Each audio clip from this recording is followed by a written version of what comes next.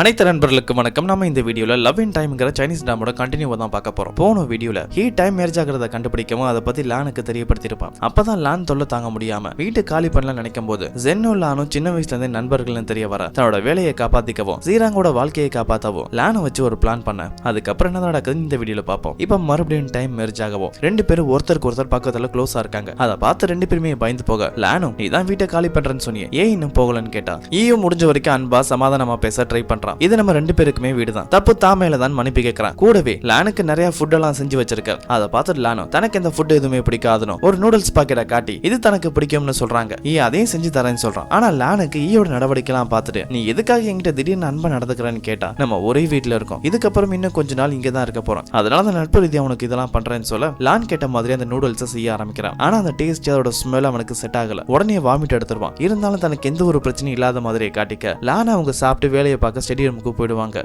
எப்படியோ இந்த லானி கிட்ட நல்ல பேர் வாங்கி ஆகணும்னு அவங்க சாப்பிட்டு வச்ச பேலன்ஸ் ஃபுட் எல்லாம் இவன் தான் கிளீன் பண்றான். அதுக்கப்புறம் ஸ்டடி ரூமுக்கு வந்து ஏதோ தேடுற மாதிரி பேச்சு கொடுக்க ட்ரை பண்ணவும் அங்க ஜென்னும் லானும் ஒன்னா இருக்க போட்டோ இருக்கும். அதை பார்த்துட்டு இது ஜென் தானே, இவனும் ஜீராங்க மேரேஜ் பண்ணதாவும் ஃபியூச்சர்ல நடக்கிற சில விஷயத்தை தெரியப்படுத்துறான். லான் அதை கேட்டுட்டு இருக்கும் போதே அவங்களுக்குள்ள நடக்கிற டைவர்ஸ் கேஸ பத்தியும் இவங்க ரெண்டு பேருக்குமே சத்தியமா செட் ஆகாதுன்னு சொல்ல லானும் கடுப்பாக்குறாங்க. ஏன்னா அவங்க டைம் லைனை பொறுத்த வரைக்கும் இப்பதான் ஜென் ப்ரப்போஸ் பண்ண போறான், அதுக்குள்ள இப்படி பிரிவாங்கன்னு சொல்லவும் ஈ சொல்ல வர விஷயத்த முழுசா கேட்க விருப்பம் இல்லாம அந்த ரூம்ல இருந்து ஈய வெளியில துரத்துறாங்க. அப்ப வழக்கமான டைம் முடிஞ்சு அவங்க ரெண்டு பேருமே அவங்க காலகட்டத்துக்கு வந்திருப்பாங்க. கட் பண்ணா 2021 லான தான் காட்டுறாங்க. அவங்க சேனல்ல ஒரு முக்கியமான மீட்டிங் நடக்குது. ஒரு மிகப்பெரிய கன்ஸ்ட்ரக்ஷன் கம்பெனி அவங்க கிட்ட வேலை பார்த்த தொழிலாளிகளோட நிலத்தெல்லாம் அபகரிச்சுட்டு அதுக்கான பணத்தையும் கொடுத்துருக்க மாட்டாங்க. அதுக்கு நாயம் கேட்டு வந்த லீங்கிற ஒரு நபரையும் தாக்கியிருப்பாங்க. இந்த விஷயம் தான் இன்டர்நெட்ல ஒரு வைரலான கேஸா இருக்கு. அதோட மக்கள் பல பேர் அடிவாங்கின லீங்கிற நபருக்கு மேலதான் எந்த ஒரு தப்பு இல்லாம சப்போர்ட் பண்ணிட்டு இருக்காங்க. இந்த கேஸை பத்தி ரிப்போர்ட்டர் விலாவரியா சொல்லிட்டு இருக்கவும் அப்ப லானும் இன்டர்நெட்ல அந்த லீங்கிற நபருக்கு சப்போர்ட் பண்றதால அவர் பக்கம் தான் நாயம் இருக்குன்னு சொல்ல முடியாது, நம்ம தான் அந்த உண்மையை கண்டுபிடிக்கணும், அதுக்காக தான் நம்ம ஜர்னலிஸ்டா இருக்கோம்னு சொல்ல அதெல்லாம் மூவ் கேட்டு லான் சொல்றது சரிதான், மக்கள் கருத்தை வச்சோம் இன்டர்நெட்ல பரவ விஷயத்தை வச்சோம் எந்த ஒரு முடிவும் நம்மளால எடுக்க முடியாது, நம்ம தான் உண்மையை கண்டுபிடிக்கணும். தான் லான் கூட சேர்ந்து இந்த கன்ஸ்ட்ரக்ஷன் கம்பெனி நியூஸை கவர் பண்றதா சொல்ல லான் கூட வேலை பார்க்குற அவங்க கொலீக்ஸ் எல்லாம் உங்களை பாராட்டுறாங்க. ஏன்னா இது வரைக்கும் ரிப்போர்ட்டர்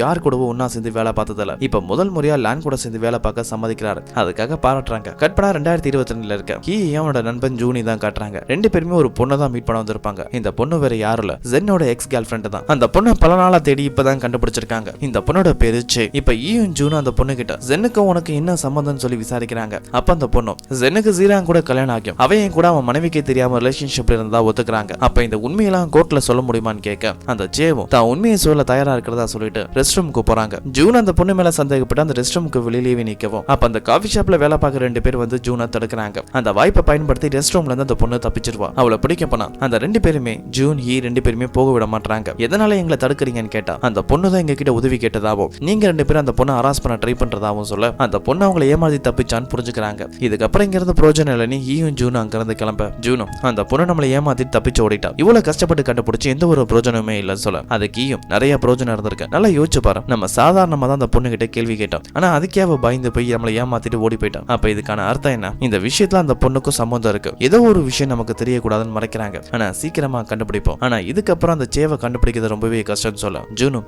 அந்த பொறுப்பை ஏங்கிட விடும். அந்த சே எங்க இருந்தாலும் அவளை தான் கண்டுபிடிக்கிறதா சொல்ல இப்ப 2021 இருக்க லானை தான் காட்டுறாங்க. லானிங்க தான் இப்போ ரிப்போர்ட்டரே ஆனாலும் அவங்களுக்கு கூட வேலை பார்த்தா சில சீனியர்ஸ் கொலிகலாம் லானை வெறுப்பேற்றுறதுக்காகவே அவங்களுக்கான காஃபி டீ எல்லாத்தையுமே லானை எடுத்துட்டு வர சொல்லுவாங்க. அதை பார்த்தோட லானோட ஃப்ரெண்டும் நீ எதுக்காக இந்த வேலையெல்லாம் செய்யற, அவங்கள்ட்ட முடியாதுன்னு சொல்ல வேண்டியதான்னு சொல்லிட்டு இருக்கும் போது அப்ப பக்கத்துல ரெண்டு பொண்ணுங்க பக்கத்துல இருக்க லானை பார்க்காம அந்த ரிப்போர்ட்டரும் ரொம்பவே ரூடான ஆளு, யார் கூடவும் வேலை பார்க்க மாட்டாரு, அப்படிப்பட்ட ஆளு லான் கூட வேலை பார்க்கறாருனா இந்த லானுக்கும் ரிப்போர்ட்டர் மூவுக்கும் ஏதோ ஒரு சம்பந்தம் இருக்கணும், அவங்களுக்குள்ள ஏதோ ரிலேஷன்ஷிப் இருக்கணும், தப்பா பேசிட்டு இருக்க. அதெல்லாம் கேட்ட லானோ கோவப்பட்டாலும் அதை காட்ட முடியாம அமைதியா இருக்காங்க. அப்ப அவங்க ஃப்ரெண்டு தான் வந்து லானுக்கு சப்போர்ட் பண்ற மாதிரி அந்த ரெண்டு பேரையும் திட்டுறாங்க. கட் பண்ணா 2022 இருக்க ஹீரோவை தான் காட்டுறாங்க. இன்னைக்கு எப்படியாவது அந்த லானை சமாதானப்படுத்தி அவ கூட ஒரு பேச்சுவார்த்தை நடத்தி ஆகணும்னு சொல்லிட்டு டைம் மெர்ஜ் ஆகிறதுக்காக வெயிட் பண்ணிட்டு இருக்காரு. அப்பதான் டைம் மெர்ஜ் ஆகவும் பாக்ஸிங் பிராக்டிஸ் பண்ணிட்டு இருக்கும் போது இடையில வந்துருவாரு. ஜஸ்ட் மிஸ்ல அடிப்படாம தப்பிக்கவும் லான் கிட்ட பேச ட்ரை பண்ணா தனக்கு இப்ப மைண்ட் இல்லனும், தான் இப்ப ரொம்பவே கோவமா இருக்கிறதாவும் அந்த கோவத்தை காட்டிட்டு இருக்கேன், தான் பேச விருப்பம் இல்லைன்னு சொல்ல ஈயும் நீ கோவமா இருந்தா நான் உன்னை சமாதானப்படுத்த ஒரு வழி சொல்றேன்னு சொல்லிட்டு அங்க இருந்து சூப்பர் மார்க்கெட் கூட்டிட்டு போறான். அங்க லானுக்கு பிடிச்ச மாதிரி ஒரு கேக் வாங்கி கொடுத்து அவங்க கிட்ட எப்படியாவது ஜென் ஜீராங்கோட மேரேஜ் பத்தின ஏதோ தகவல் கிடைக்குமான்னு தெரிஞ்சுக்க ட்ரை பண்றான். ஆனா லான் ரொம்பவே அப்செட்டா இருக்கவும் அவங்களுக்கு ஆபீஸ்ல நடந்த பிரச்சனையை பத்தியும் தன்னை பத்தி எல்லாருமே தப்பா பேசுறாங்கன்னு சொல்லி அதை பத்தியே புலம்பிட்டு இருக்காங்க. ஈயும் இந்த பொண்ணு கிட்ட எப்படிதான் பேச்சு கொடுக்கறதுன்னு தெரியாம முழிச்சிட்டு இருக்க.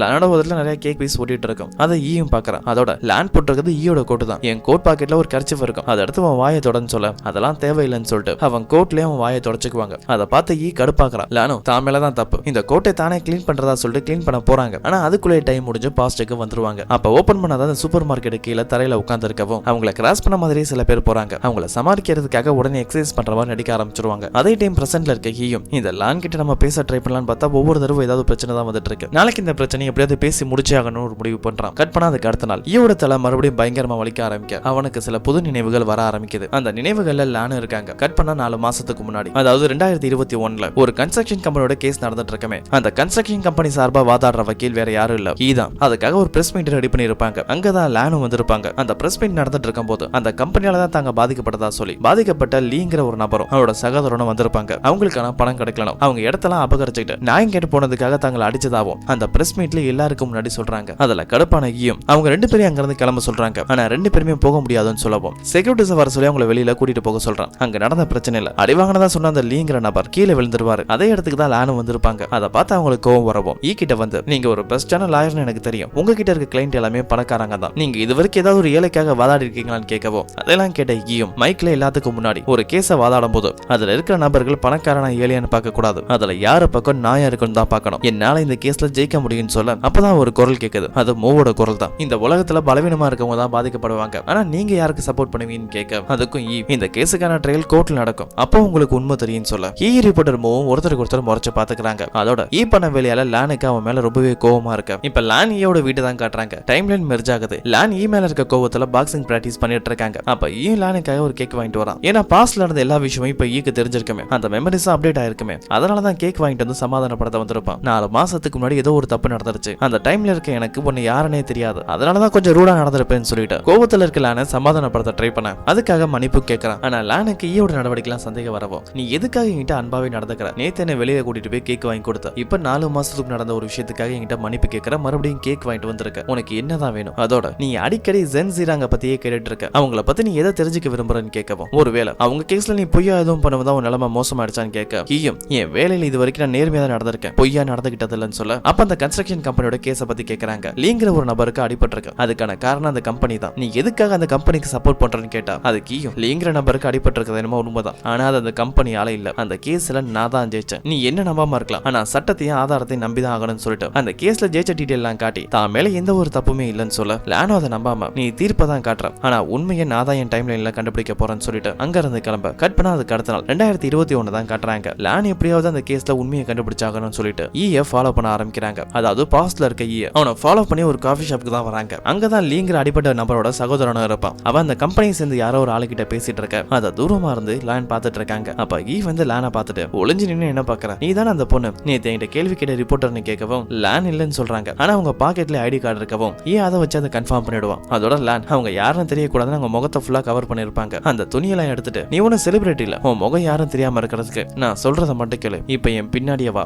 நான் எங்க உட்கார்ந்துருக்கணும் அங்க என் பக்கத்துல உட்காருன்னு சொல்ல அந்த லீயோட பிரதர் எங்க உட்கார்ந்துருக்கணும் அவனுக்கு பின்னாடி இருக்க சீட்லயே 2 பேர் உட்கார்றாங்க. அப்ப அவன் ரெக்கார்டர் அந்த லீக்கு பக்கத்துல வச்சிருப்பான். லான் அவங்க மொபைல் மூலமா நடக்கிற விஷயத்தை ரெக்கார்ட் பண்ண ஆரம்பிக்கிறாங்க. அப்பதான் அவங்க பேசுறத வச்சு ஒரு உண்மையை கண்டுபிடிக்கிறாங்க. அந்த கன்ஸ்ட்ரக்ஷன் கம்பெனி மேல எந்த ஒரு தப்பு நடந்திருக்காது, அங்க வேலை பார்க்கிற ஒரு ஆளு தான் லீங்கிற அந்த நபரையும் அவனோட பிரதரையும் தூண்டி விட்டு அந்த கம்பெனிக்கு எதிராக பொய்யான கேஸ் போட தூண்டி விட்டு இருப்பான். அது மூலமா நிறைய பணம் கிடைக்கும்னு இந்த உண்மையெல்லாம் தெரியும். லான் கோவப்பட்டு சண்டை போட போறாங்க. ஈதான் அவங்கள தடுக்கிறான். அதுக்கப்புறம் லியோட பிரதர் அங்க இருந்து கிளம்பவும் லான் தான் மேல தான் தப்பணும், ஈ தப்பா புரிஞ்சுக்கிட்டதுக்காக மன்னிப்பு கேட்கறாங்க. உன் வேலை தான் நீ செஞ்சேன்னு சொல்லிட்டு லான் அங்க இருந்து கிளம்பவும் பின்னாடி ஈயும் வராங்க. அப்ப நல்லா மழை பெய்ய ஈதான் லிஃப்ட் கொடுத்து அவங்க சேனல்ல போய் இறக்கி விடுவான். அங்கதான் ரிப்போர்ட்டர் மூ ஈய பார்க்கவும் இங்க நீங்க என்ன பண்றீங்கன்னு கேட்கவும் உங்களுக்கு உதவி பண்ண தான் நான் இங்க வந்திருக்கேன், நீங்க தானே உண்மையை தெரிஞ்சுக்க ஆசைப்பட்டீங்க, உண்மை இப்ப உங்ககிட்ட தான் இருக்குன்னு சொல்லிட்டு ஈ அங்க இருந்து கிளம்பிடுவான். அப்ப லான் அவங்க கண்டுபிடிச்ச விஷயத்த மூ கிட்ட சொல்றாங்க. அந்த கன்ஸ்ட்ரக்ஷன் கம்பெனி மேல எந்த ஒரு தப்பும் இல்லனோ அடிப்பட்டதா சொன்ன லியோட சகோதரன் தான் அந்த கம்பெனி ஏமாத்தி பணம் புடுங்கிறதுக்காக பிளான் பண்ண எல்லா விஷயத்தையும் மூ கிட்ட சொல்ல இப்ப பிரசன்ட்ல இருக்க ஈய தான் காட்டுறாங்க. அவனுக்கு மறுபடியும் சில நினைவுகள் அப்டேட் ஆக ஆரம்பிக்குது. அதாவது காஃபி ஷாப்ல லானை மீட் பண்ணது, அந்த லீ பிரதர்ஸ் பத்தியும் உண்மையை கண்டுபிடிக்க உதவி பண்ணுது,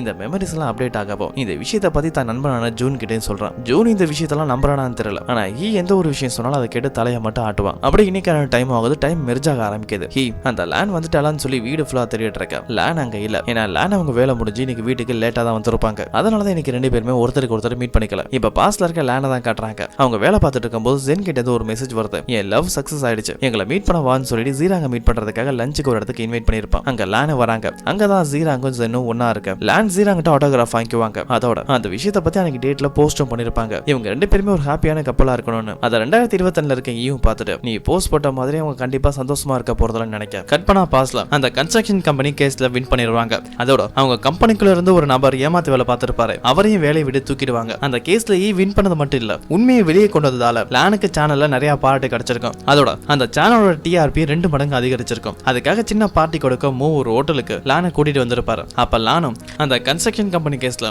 லியோட கையில அடிபட்டதை பார்த்துட்டு அவங்க பக்கம் தான் நாய் இருக்குன்னு நான் தப்பா நினைச்சிட்டேன், நான் முட்டாள்தனமா நடந்துக்கிட்டேன்னு சொல்ல மூவும் ஒரு ஜேர்னலிஸ்டா இப்போ உணர்ச்சிகளுக்கு தான் வேலையில இடம் கொடுக்க கூடாதுன்னு சொல்ல அந்த வார்த்தையை கேட்ட உடனே லானுக்கு ஈயோட ஞாபகம் வருது. காஃபி ஷாப்ல மீட் பண்ண போது, அதாவது பாஸ்ல இருக்க மீட் பண்ண போது இதே வார்த்தை தான் ஈயும் சொல்லியிருப்பான். அந்த விஷயம் ஞாபகம் வரவும் உங்களுக்கும் ஈக்கும் முன்னாடி தெரியுமா? அப்படி தெரிஞ்சிருந்தா நீங்க 2 பேரும் ஒருத்தருக்கு ஒருத்தர் மீட் பண்ண போது ஒவ்வொரு தடவையும் எதிரிங்க மாதிரி நடந்துக்கிறீங்க, அதுக்கான காரணம் என்னன்னு கேட்டா அப்பதான் மூவ் அந்த உண்மையை சொல்றாரு. அந்த வேற யாரும் இல்ல, என்னோட சொந்த தம்பி தான். என் அப்பா ஒரு மிகப்பெரிய வக்கீலா இருந்தாரு, அவரை மாதிரி நானும் ஒரு வக்கீலாகன்னு ஆசைப்பட்டாரு. ஆனா எனக்கு அதுல விருப்பம் இல்ல, நான் ஆசைப்பட்ட மாதிரி ரிப்போர்ட்டர் ஆனேன். ஆனா என் தம்பி அப்படி இல்ல, என் அப்பா எப்படி ஆசைப்பட்டாரோ அதே மாதிரி அவன் நடந்துக்கிட்டான், ஒரு மிகப்பெரிய வக்கீலா ஆனா. அதனால எனக்கு என் அப்பாவுக்கு நிறைய ப்ராப்ளம் வந்துச்சு. என் அப்பாவை பொறுத்த வரைக்கும் மட்டும் தான் அவருக்கு இருக்க ஒரே மகன், என்ன ஒரு மகனா அவர் பார்த்ததே இல்லைன்னு சொல்லிட்டு ட்ரிங்க் பண்ணிட்டு இருக்கவோ அதே இடத்துல ஹேங் ஓவர் ஆகி தூங்க ஆரம்பிச்சிருவாரு. இதோட இந்த வீடியோ கம்ப்ளீட் ஆகுது. இதுக்கப்புறம் என்னதான் நடந்துச்சுன்னு அடுத்த ஒரு வீடியோல பார்ப்போம்.